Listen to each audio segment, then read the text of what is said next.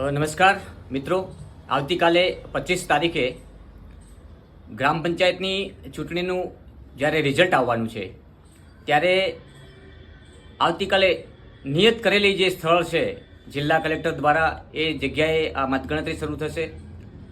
Total જિલ્લામાં 1800 જેટલા કર્મચારીઓ દ્વારા આ મતગણતરી હાથ ધરવામાં આવવાની છે. મારી વિશેષતા એ છે કે આવતીકાલે જ્યારે સરપંચ કોઈ પણ ઉમેદવાર જીતે, કોઈ પણ ગામમાં કોઈ પણ ઉમેદવાર જીતે તો ખાસ કરીને ગ્રામ લોકોએ તેમજ ત્યાં આવનારા તમામ લોકોએ એ ખાસ ધ્યાન રાખવું જોઈએ કે કોઈ જીત કોઈ પણની હોઈ શકે છે, કોઈ પણ કેટલા પણ ઉમેદવારો હોય, પરંતુ કોઈ એક વ્યક્તિની જીત થવાની છે. તો આ જીત પછી ભાઈચારાની ભાવના બંધાયેલી રહે, ગામની અંદર કોઈ વિરોધ નહીં પરંતુ વિકાસની વાત કઈ રીતે થાય, આ વાતોથી આખું ગામ એક સંપ થઈને રહે. કારણ કે નાનકડું ગામ હોય એમાં 2-3 ફોર્મ ભરાયા હોય અથવા તો 2 સામસામે ઉમેદવારો હોય અથવા તો એક ગામમાં 5 ઉમેદવારો હોય, તેથી વધુ પણ હોય, પરંતુ જીત કોઈ એક ઉમેદવારને થવાની છે એ ચોક્કસ છે અને એ બધા જાણે છે કે કોઈ પણ એક જ ઉમેદવારની જીત થવાની હોય ત્યારે એ ઉમેદવારને જીત્યા પછી આખું ગામ વધાવી લે.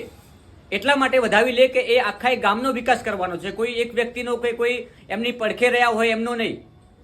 તમામ લોકો સાથે મળીને સરકાર જેટલી પણ ગ્રાન્ટ આપે છે એ તમામ ગ્રાન્ટનો વ્યવસ્થિત રીતે વહીવટ થાય અને ગામને ગોકળિયું ગામ કઈ રીતે બનાવવું, ગામને શહેર તરફ કઈ રીતે લઈ જવું, એટલે કે ગામ તમારું છે, તમારા ગામને તમારે જેવું બનાવવું હોય એવું બનાવી શકો છો. અને એટલી જ ગ્રાન્ટ સરકારમાંથી આવી શકે છે. માત્ર ગ્રામ પંચાયત પૂરતી ગ્રાન્ટ સરકાર આપે એવું નથી, સાંસદમાંથી પણ ગ્રાન્ટ આવતી હોય છે, અલગ અલગ જગ્યાએથી જિલ્લા પંચાયતમાંથી પણ ગ્રાન્ટ આવતી હોય છે. આ તમામ ગ્રાન્ટોનું સર્વેલેશન કરીને અને એમાં કઈ રીતના કેટલી ગ્રાન્ટ ક્યાં વાપરવી, ગામનો કયો વિકાસ અધૂરો છે, કયા કામો અધૂરા છે, આ તમામ પ્રકારની પ્રક્રિયા ગામના તમામ જે બોડી હોય છે પંચાયતની, આ બધા સાથે મળીને સંયુક્ત રીતે ગામને કઈ રીતે આગળ લઈ જવું. આપણું ગામ વિકાસથી કેમ અત્યાર સુધી વંચિત રહ્યું છે, હવે પછી વિકાસના કયા એવા કામો જે બાકી છે, જે કરવાના છે, અને કયા એવા કામો છે જે કામ થયા નથી, આ કામોને સૌ પ્રથમ પ્રાધાન્ય મળશે. તો મારું માનવું છે કે જીત કોઈ પણ નહીં હોય, સરપંચ કોઈ પણ બને, આ પદ માત્ર પદ નથી પરંતુ એ 5 વર્ષની સૌથી મોટી ગ્રામ પંચાયતની એટલે તમામ આખા ગામની સૌથી મોટી જવાબદારી છે. અને આ જવાબદારી નિભાવવા માટે એક સક્ષમ ઉમેદવારને તમે જેને પણ મત આપ્યા હશે અને જેની પણ પસંદગી કરવાના હશો એ આવતીકાલે ક્લીન રિઝલ્ટ આવવાનું છે અને તમારી પસંદગી જે પણ હશે એ આવતીકાલે ક્લિયર થવાની છે. ત્યારે મારે આ વાત એટલા માટે કરવી છે કે સરપંચ કોઈ પણ બને એ આખા ગામને સાથે મળીને એને વધાવી લેવો જોઈએ અને આખા ગામના સહિયારા પ્રયાસથી જ ગામનો વિકાસ થઈ શકે છે. એટલે મારા માધ્યમથી હું એક સંદેશ આપવા માંગુ છું કે આવતીકાલે જ્યારે મતગણતરીની શરૂઆત થાય અને સમાપ્તિ થાય ત્યાં સુધી ગ્રામજનો હોય કે જ્યાં પણ આ મતગણતરી થવાની છે ત્યાં પણ એક ભાઈચારાની ભાવના કાયમ માટે અકબંધ રહે તેના માટે અપીલ છે મારી. પોલીસના ચુસ્ત બંદોબસ્ત વચ્ચે આ મતગણતરી યોજાવાની છે. જિલ્લા કલેક્ટર દ્વારા નિયત સ્થળ જે પસંદગી કરવામાં આવી છે એ સ્થળે જ્યારે આ મતગણતરી થવાની છે ત્યારે ત્યાં પણ આપણે વિવેકથી રહીએ અને સંયુક્ત ભાઈચારાની ભાવનાથી રહીએ. સરપંચ ઉમેદવાર વિજેતા થયા પછી પણ એક ખુશી મનાવવાની હોય છે, કારણ કે એ આપણા ગામનો સરપંચ બની ગયો છે. હવે સામે કોઈ પણ ઉમેદવાર હારે છે તો મારું માનવું એવું છે કે સરપંચ જે પણ જીતે એના પછી એ હારેલા ઉમેદવાર પાસે સીધા જાય, એમને મળે, કારણ કે સંયુક્ત રીતે આપણા બધાનો વિકાસ એ એક સરપંચ કરી શકે છે. અને આપણા જ ગામનો વિકાસ આપણો સરપંચ કરવાનો હોય ત્યારે આપણો સહિયારો પ્રયાસ હોવો જોઈએ. ગામમાં કોઈ વિરોધ નહીં પરંતુ વિકાસની વાત હોવી જોઈએ, વિરોધની વાત ના હોવી જોઈએ. જીત્યા પછી તમે જોયું છે અત્યારે તમે અત્યાર સુધીમાં જે પણ ચૂંટણીઓ થઈ છે કોઈ પણ એક ઉમેદવાર જીતે છે અને એ જ ઉમેદવારને આપણે સાથે રાખીને ચાલવાનું છે.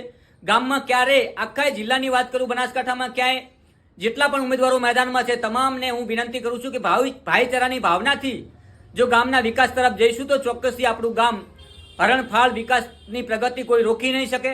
અને સરકાર જેટલી પણ ગ્રાન્ટ તમે માગો છો, જે પણ વેલ્યુએશન છે અને જે પણ વિકાસ અધૂરા છે, જે વિકાસ કરવાના છે, જે કામ બાકી છે, આ તમામની ગ્રાન્ટ સરકાર આપે છે. અને આપણા ગામનો વિકાસ આપણે કઈ રીતે કરવો એ આપણે ગામજનોએ નક્કી કરવાનું છે. સાથે સાથે વિશેષ જે પણ જિલ્લામાં બિનહરીફ એટલે કે સમરસતા ભરી જે વાતાવરણમાં જે પસંદગી થઈ છે, જે ગામ સમરસતામાં સરપંચની પસંદગી કરી છે, એમને પણ મારી વિનંતી છે કે તમે પણ બધાને સાથે લઈને ચાલજો, કારણ કે સમરસતા ત્યારે જ બંધાતી હોય છે જ્યારે આખા ગામની એક એકતા હોય છે, અને એ એકતાનો જે સંદેશ છે જે તમે સમરસતા ચૂંટણી કરીને આખા જિલ્લામાં આખા રાજ્યમાં આપ્યો છે, એટલે અભિનંદન છે તમામ જે સમરસતા થઈ એ સરપંચોને. અને આવતીકાલે જે સરપંચો જેમની પણ વિજેતા થવાના છે, જે પણ જવાબદારીપૂર્વક પોતાના ગામને આગળ લઈ જવાના છે, વિકાસના પંથે લઈ જવાના છે, એ તમામ આ વિજેતા સરપંચોને મારી બનાસતક ન્યૂઝ નેટવર્ક દ્વારા એડવાન્સના અભિનંદન અને શુભેચ્છાઓ છે. જ્યાં પણ અમારી જરૂર પડે ગ્રામ પંચાયતને વિકાસલક્ષી લઈ જવા કેવા પ્રકારના કામો કરવાના હોય છે, અમે પણ સહભાગી બનીશું જિલ્લાના તમામ ગામો માટે, કારણ કે અમારી પણ એક ફરજ બનતી હોય છે અને અમે એ ફરજ રૂપી આપણી સાથે છીએ અને કાયમી આપણી સાથે રહીશું. મારી ફરી એકવાર નમ્ર વિનંતી અને અપીલ છે કે આવતીકાલે જે પણ પરિણામ આવે, સરપંચ કોઈ પણ ઉમેદવાર વિજેતા બને તેને આખું ગામ સાથે મળીને વધાવી લેવો જોઈએ અને આખા ગામની એકતા જળવાઈ રહે, કાયમ વિરોધથી નહીં પરંતુ વિકાસથી લઈને આપણા ગામને આગળ ધપાવવાની આપણે સૌ સાથે મળીને સહિયારો પ્રયાસ કરીએ. નમસ્કાર.